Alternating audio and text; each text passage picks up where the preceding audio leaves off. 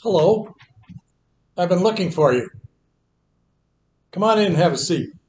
Thanks for dropping in. There's a story in the Old Testament that I keep going back to again and again. It parallels what I think is going on in Canada right now. There's terrible want. Cross-country borders are closed. People are dying. Migration is happening between our provinces. People are beginning a whole new way of life. The feeling of starting over again. Backs to the wall. And the question, what do I do? I'm talking about the book of Ruth. It's the 8th book in chronological order in the Old Testament. It's very short. It's only got 4 chapters. But it's loaded with truth. The opening scenes start off tragically, and it's very sad. 3 widows are stranded in a country. Their condition is desperate. No males to head their household. Their kin and property is cut off. No hope for inheritance without children. The 3 are separated by having no insurance policy. They're on their own now, and they're starting all over again, and they're beginning a whole new way of life. Let me tell you the main characters in our story. I'll start with the oldest. Her name is Naomi. She's a Hebrew wife, married to a spouse named Elimelech. They have 2 sons, Malin and Kilian. Elimelech, he dies first. They had moved to the neighboring country of Moab, just across the Jordan, just on the east side of Judah. And because there was famine in Bethlehem, they fled because there was no food left at home. Now Naomi's boys, they grow up and they marry local Moabite girls. One's named Orpah and the other's named Ruth. They settle down.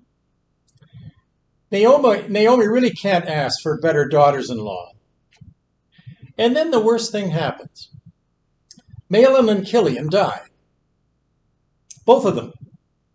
Leaving Naomi with 2 young Moabite widows. With no insurance and no visible means of support.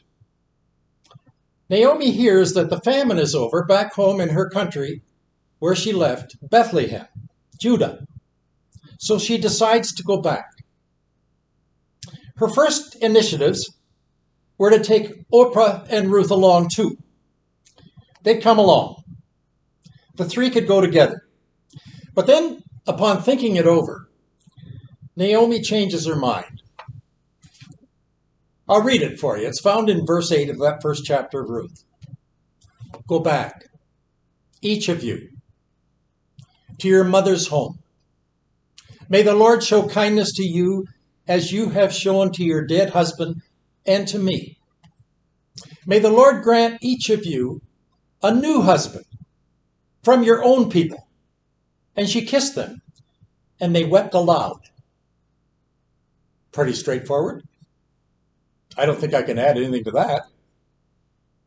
But keep in mind, though, these 2 Moabite widows would not find a friendly welcome if they had come with her back to Bethlehem. Do you know why? The Jews had a long-standing feud with the Moabites. Naomi knew her Jewish history. Judah would be a hazardous place for these 2 young strangers. So she discourages them from going with her. Besides, the journey back to Bethlehem wasn't easy. It's 120 miles, and they had to walk. And the girls don't need bigotry, and they don't need to be banished on top of their widowhood. Naomi knows that she will miss them dearly because she loves them. But common sense says, you girls stay here. I'll go back there alone. You stay here. I don't want you in trouble back home. But there's always a fly in the ointment, class. Malin's widow, Ruth, is very attached to her mother-in-law, Naomi. She is secretly very fond of Naomi. A bond of appreciation has grown over the years that probably can't be explained. She watched a follower of God anchored in her faith, almost unshakable. Have you ever met anybody like that? Well, when you meet somebody like that, what does it do for your allegiance? If you're like me, you probably say to yourself, I want to be just like that. Is that what you would say? I'll bet you would. Seeing this, Naomi says to her, verse 15, your sister-in-law is going back to her people and to her gods. Be like Orpah, Ruth. You go back with her. Listen to Ruth's reply. For too long she has lived with a godly woman who loves her God, has a loyalty to her faith, and a deep, deep sense of tender convictions. Verse 16. Don't urge me to leave you, says Ruth, or to turn back from you. Where you go, I'll go. Where you stay, I'll stay. Your people will be my people, and your God my God.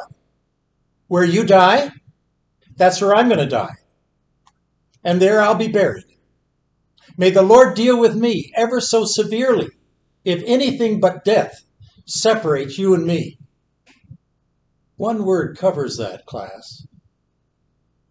One word covers that. You know what it is? Wow. Wow.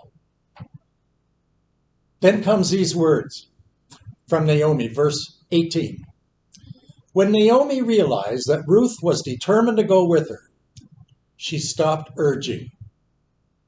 She knew when she didn't have to say another word because this girl isn't going to change her mind. Well, that did it. Everything shifts. Orpah goes her way, back to Moab. Ruth joins Naomi, and they both set out for Bethlehem. You must be aware about these two women walking alone with no male escort. That's very dangerous. It was a clear act of faith. And they did make it over the Jordan back to Judah and back to Naomi's roots there in Bethlehem. But the whole town stares at them. Verse 19, can this be Naomi, who left us 10 years ago? They can hardly recognize her. She's aged, and no doubt she's exhausted from this 120-mile journey. Then Naomi says to her old friends, don't call me Naomi anymore. That's not my name. Call me Mara. I want to be going by my old name, no. My new name is Mara. My birth name meant pleasant. Well, there's nothing pleasant in me now. I went away full, and now I'm coming back empty. Call me bitter, because that's what Mara means. That's who I am now. Verse 21, the Lord has pronounced against me, the Almighty, and he's brought misfortune upon me. Well, there is a bright note, however, as chapter 1 ends in the book of Ruth. The barley harvest is about to begin in Bethlehem. That means that grain for the animals and the bread will be on the table and in the barn. And it'll also mean there'll be something left over for the widows. Chapter 2 begins with a lesson in Hebrew law. It states this: when a field is harvested, the corners of the field are to be left standing, and the poor in the community can harvest the grain left standing in the corners. And Naomi tells Ruth about the Hebrew law, and here's her response. Verse 2. Let me go to the fields, says Ruth. I'll pick the leftovers. I'll do the grain. and anyone in whose eyes I found favor, that will be the field that I'll work. Remember, though, that she's a Moabite, not a Hebrew. To a Jew, she's a social outcast. She's learning from her mother-in-law what God's love is and what his faithfulness is, but the people out in the field they're not going to say that about her. Question for you.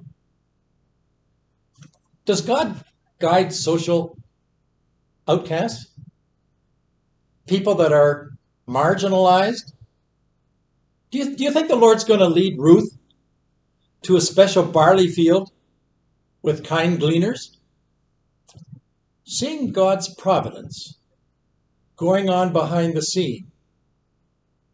Does God do that sort of thing? Have you ever felt that he's led you that way? Do you suppose this story of Ruth really applies to you? Well, keep listening. Here's what happens. Before she can enter any field, she has to get permission from the owner. How many fields did she go to inquire of the owner if she could go on that field? We don't know. The Bible doesn't say. The field that she is welcomed in happens to belong to a man named Boaz. He lives in Bethlehem, but he's related to Elimelech, Naomi's husband. Now Boaz has just arrived at the field, and he looks over his harvesters, and he places a blessing on all his harvesters, that the Lord will guide them as they do their work throughout their day, until the harvest is finished. He sees a stranger in the corner of his field, and he inquires to his harvest foreman, "Who's that young woman over there in the corner?" Verse 5 comes the answer. She's a Moabite who came back from Moab with Naomi. She has worked steadily from morning till now, except for a short rest that she took in the shelter. Verse 6 and 7. Well, curiosity gets the best of Boaz. He can't keep his eyes off Ruth. She doesn't know it, the hard-working widow. She doesn't even lift her head. She has a task. She's going to gather enough grain for herself and Naomi, and then when the day's over, she's going to go back home. Boaz, he approaches her while she's still working by herself. And at the sound of his voice, especially a man, she had to be startled. He speaks to her, verse 8 and 9. "My daughter, I have heard about you. Don't go to any other field. Come here to mine. You don't have to bind sheaves in the corner.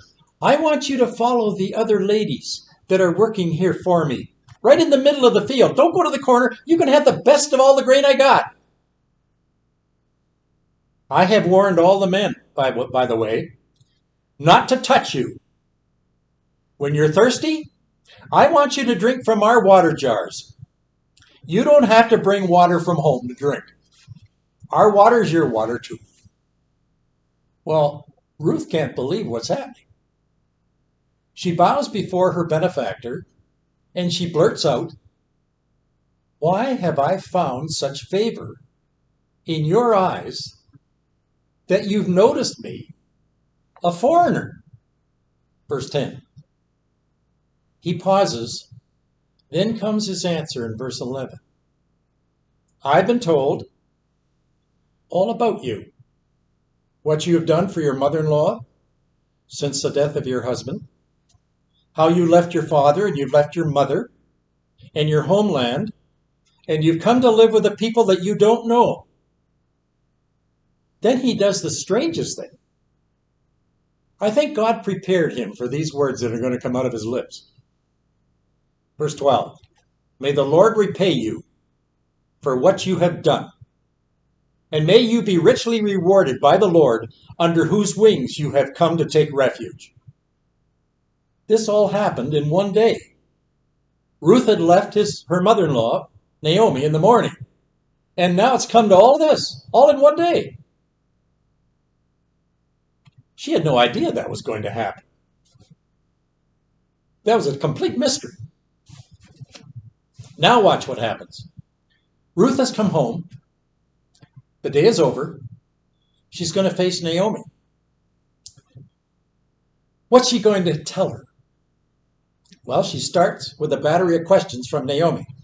Where did you glean today? And she tells her. And where did you work? And she tells her. A man took notice of you?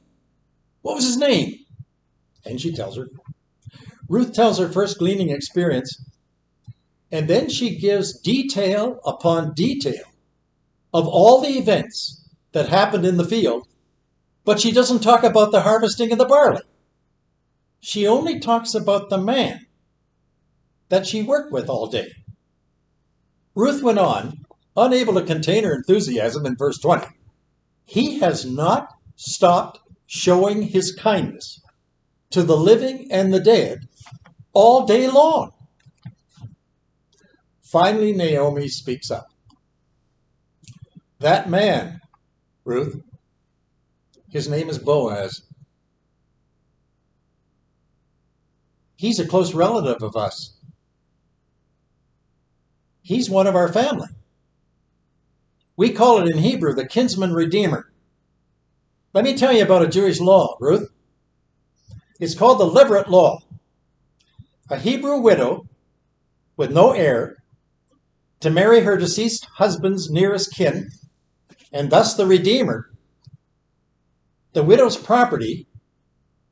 The Hebrew word for kinsman redeemer is the word goel. Remember, Ruth, the widow in the Hebrew, that was Malin, your husband. Boaz told her the story with his workers until they finished all the grain. And that was a period, I think, of almost 3 months, from the time she went in the field to begin, and then the harvest was over. 3 months has passed. Naomi knew the dangers that Ruth would be in. If she went from owner to owner, facing new men in every field, she knew that she could be raped or she could be killed because she was a foreigner and she was a Moabite. Naomi warned Ruth that that could happen because in verse 22 she says, "It will be good for you, my daughter, to go with the girls, because if someone else's field you're going to, you might be blamed and harmed." Okay, let's move the clock ahead. 3 months have passed. The harvest is winding down. The grain is in the barn. Ruth has remained close to Boaz's women servants working in the field, keeping her distance from the men. Finally, Naomi lets the cat out of the bag. She explains to Ruth the Levirate law. She tells Ruth that she has found favor in Boaz's eyes. In other words, Jewish Levirate law says that Ruth can remarry, and the marriage would be a public affair that the whole village could come and be invited to see. And the new groom, he would be Boaz. This story of Ruth began in chapter 1 with famine, new country, wedding in a foreign land, husband dies, widow with nothing but desperation above her and beyond her. And then comes chapter 4 of Ruth, the final chapter. The story ends very happily. Boaz proposes to Ruth for her to become his wife under Levirate law. And for this to happen, it must be made legal before the courts. And the courts in those days took place in the square just inside the city gate. 10 elders sit in council. They are told that Elimelech, who died, has a close relative named Boaz. That would like to marry Elimelech's daughter-in-law, who was married to the son Malin. The Levirate law, Goel, transfers legally Elimelech's property to Boaz to be shared with his new bride, Ruth. The 10 elders, they confer and they make a decision. Elimelech, his inheritance is transferred to the names of Boaz and Ruth. The contract is sealed, and all of Elimelech's property is forfeited to the new couple. The contract is legal, and the contract is binding. Let me read it for you in verse 9 and 10. You are witness today, Boaz is making the announcement, that I have acquired from Naomi all that belonged to Elimelech and all that belonged to Malin, his son. And further, that I have myself acquired Ruth, the Moabitess, the wife of Malin, to be my wife, to perpetuate the name of the deceased with that patrimony, so that his name may not be missing among the kindred and at the gate of his native place. You are witness today of this my oath. Do you know what just happened here? If you're studying Ancestors.com, only God Almighty could do what I'm going to tell you. Do you know who Boaz's mother was? Rahab. Well, who was she? She was the prostitute, you'll remember, in the city of Jericho when the walls fell down and she was spared. Remember the scarlet cord? Okay, Ruth, the widow of Malin, who was she? She was the daughter-in-law of Elimelech and Naomi, a despised Moabitess from the nation of Moab. Now Boaz and Ruth marry, and together they become the grandparents of a man named Jesse. Do you know who Jesse was? He was the father of David, the greatest king of Israel. King David, he became the elder ancestor of guess who? Jesus Christ. Talk about Ancestor.com and an outcome. Looking back, have you seen God's hand upon you? Could you see his handiwork and how he led you right up to this moment? Bill Fry, in his book, The Dance of Hope, tells a story of a blind student named John. Fry tutored John at the University of Colorado in 1951. Bill asked John one day, "How did you become blind?"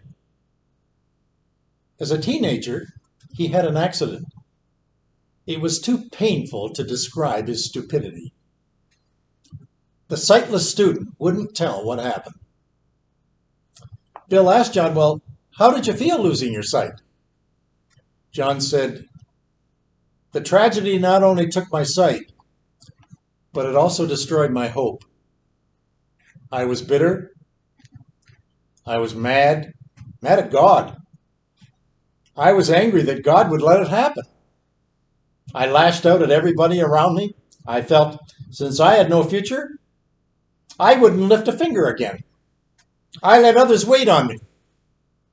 I shut my bedroom door. I refused to come out, except for meals." Bill Fry, hearing this, was a bit surprised. He didn't see any bitterness or anger in John now. How did he change? John explained that he credited his new behavior to his dad. His father did something that changed his life. His dad got so fed up with his negative behavior. It was in the fall of the year. Winter was coming. The storm windows had to be mounted on the house, but they were stored out in the garage. John's dad said to him, "You do the work for me before I get home. I want you to get in the garage and install those windows." And he went out and he slammed the door behind him. Well, John blew a cork. He got mad. He exploded with expletives, muttering and cursing and groping all the way to the garage. He found the windows. He found the stepladder. He took the tools and he started to work. "He'll be sorry," he said to himself, "when I fall off the ladder and break my neck." Well, he didn't fall. Window by window, he made his way around the house until the whole house was finished. Every storm window in its place. Have you ever heard the expression, it's easier to act your way into new feelings or feel your way into new actions? John did the windows and the good feelings started to come. He reluctantly realized that he could still do work. Later that night, at the meal table, he learned something that he'll never forget. At no time during the day, when he was installing those windows, was his dad more than 4 or 5 feet from his side. Well, you know, that's the story of the book of Ruth. God told Ruth, change the storm windows. She was blinded by widowhood, wrong citizenship, Moabite, destined to poverty. God told her to go to the garage in Bethlehem and get a stepladder and go to the fields of barley and get those storm windows up. I'll fall off the ladder. God said, no, you won't. I'm no more than 4 or 5 feet from you all the time. That's your story, class. And I want you to remember that what the Lord did for Ruth and what the Lord did for John, he's standing by 4 or 5 feet, waiting to do it for you. Thanks for joining me today. I'll see you next week.